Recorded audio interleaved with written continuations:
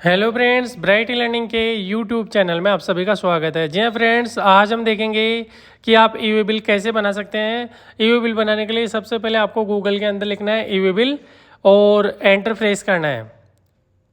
Enter press करने के बाद ई वे बिल पे क्लिक करना है। ई वे बिल पे क्लिक करने के बाद यहाँ पे राइट साइड में एक लॉगिन का टैब दे रखा है, लॉगिन वाले टैब पे क्लिक करना है और आईडी और पासवर्ड लिख के आपको यहाँ पे करना है लॉगिन।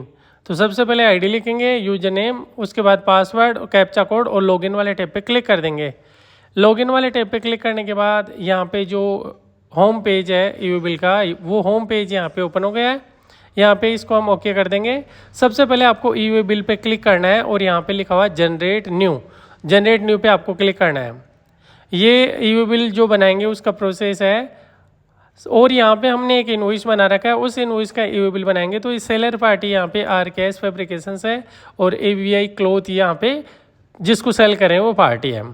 तो यहाँ पे हम क्या करेंगे, सबसे पहले इस इनवॉइस से पूरी इन्फॉर्मेशन वहाँ पे अपलोड करनी है, डिटेल जो है यहीं से लेनी है कंप्लीट। सबसे पहले इनवॉइस नंबर लिख देंगे, यहाँ पे document number, invoice number, bill number, supply invoice number, tax invoice number, GST invoice number एक ही होता है। तो यहाँ पे इनवॉइस नंबर लिखेंगे। इनवॉइस की डेट ऑटोमेटिकली यहाँ पे आ जाएगी।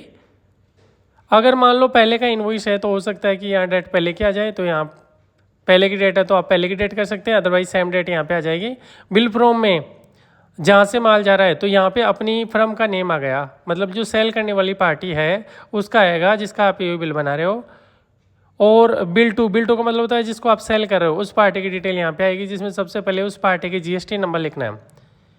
GST नंबर यहाँ पे दे रखे हैं तो हम GST नंबर को यहाँ पे कॉपी करके और पेस्ट कर देंगे। आप चाहो तो टाइप भी कर सकते हैं या कॉपी पेस्ट कर सकते हैं। पूरी इन्फॉर्मेशन जो है वो कंप्लीट इन्फॉर्मेशन यहाँ पे आ जाएगी। इसके बाद आता है आइटम डिटेल। आइटम डिटेल में जो आप प्रोडक्ट सेल कर रहे हो उसका नेम सबसे पहले यहाँ पे आपको लिखना है।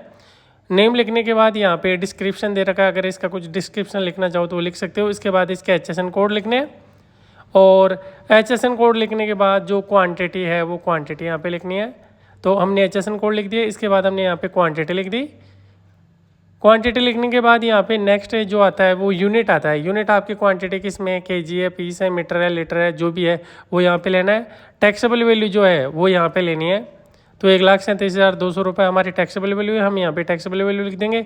इसके बाद जो GST रेट है वो यहाँ पे हम सेलेक्ट कर देंगे। 2.5% हमारी GST है, 5% कैटेगरी के अंदर आता है। इसके बाद यहाँ पे टैक्सेबल वैल्यू के बाद टोटल इनवॉइस वैल्यू आ गई। तो टोटल इनवॉइस वैल्यू हमारी यहाँ पे मैच हो गई जो बिल के अनुसार है वो, और यहाँ टैक्स अमाउंट भी जो दे रखा है वो भी हमारे यहाँ पे मैच हो गया है। टैक्स अमाउंट भी दे रखा है 2.5% वो भी मैच हो गया है। इसके बाद आता है ट्रांसपोर्टर डिटेल। ट्रांसपोर्टर डिटेल में अगर ट्रांसपोर्टर की GST नंबर है तो ट्रांसपोर्टर ID में ट्रांसपोर्टर के GST नंबर लिखेंगे, अदरवाइज गाड़ी नंबर लिखना है। तो हमारे पास व्हीकल नंबर है क्योंकि डायरेक्टली व्हीकल से जा रहा है माल, तो यहाँ पे व्हीकल नंबर लिखेंगे। और इसके बाद ये जो इन्फॉर्मेशन ये हमने कम्प्लीटली यहाँ पे फिल कर दी है। यहाँ पे हो सकता है बिल टू शिप टू का अगर कुछ हो तो बिल टू शिप टू भी आपको यहाँ पे करना है। तो बिल टू शिप टू करने के लिए यहाँ पे पहले आपको bill to ship to select करना है और यहाँ पे जो डिस्टेंस दे रखा है वो ऑटोमेटिकली यहाँ पे आ जाता है। सेम पिन कोड के केस में 100 किलोमीटर का डिस्टेंस आता है, बाकी अलग भी हो सकता है। और यहाँ पे बिल टू शिप टू अगर कुछ हो तो बिल टू शिप टू भी आप यहाँ पे ले सकते हैं। हमारे केस में कोई बिल टू शिप टू नहीं है तो सेम डिटेल दोनों जगह आ रही, बिल टू और शिप टू के अंदर। अगर हो तो यहाँ आपको ट्रांजैक्शन टाइप के अंदर रेगुलर की जगह बिल टू शिप टू करके शिफ्ट टू का जो एड्रेस है वो यहाँ पे आप चेंज कर सकते हो। हमारे केस में दोनों डिटेल सेम है तो हम कंप्लीट डिटेल यही रख देते हैं। पूरी इन्फॉर्मेशन के बाद हम यहाँ पे करते हैं सबमिट।